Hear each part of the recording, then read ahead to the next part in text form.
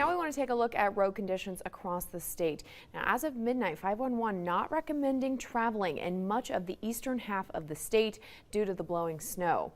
And the interstate is closed from just west of Lincoln to a little past Waverly. There's also a stretch that's closed east of Grand Island to Henderson, but at one point it was closed all the way from Grand Island to Gretna. So we are getting some areas to open back up. If you have to travel, check your route on Nebraska's 511 map, and if you get stranded, call star 55 for help.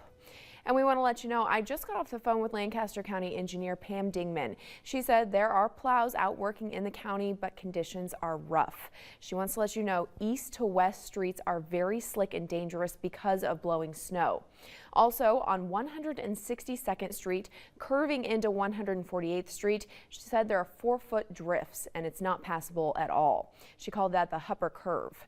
Dingman also said Roca Road is very treacherous. There are also a lot of abandoned cars out in the county. If you did leave your car, call the Lancaster County Sheriff's Office non-emergency number. That's 441-6500. Be sure to give them your information so once plows do reach your car, they can give you a call.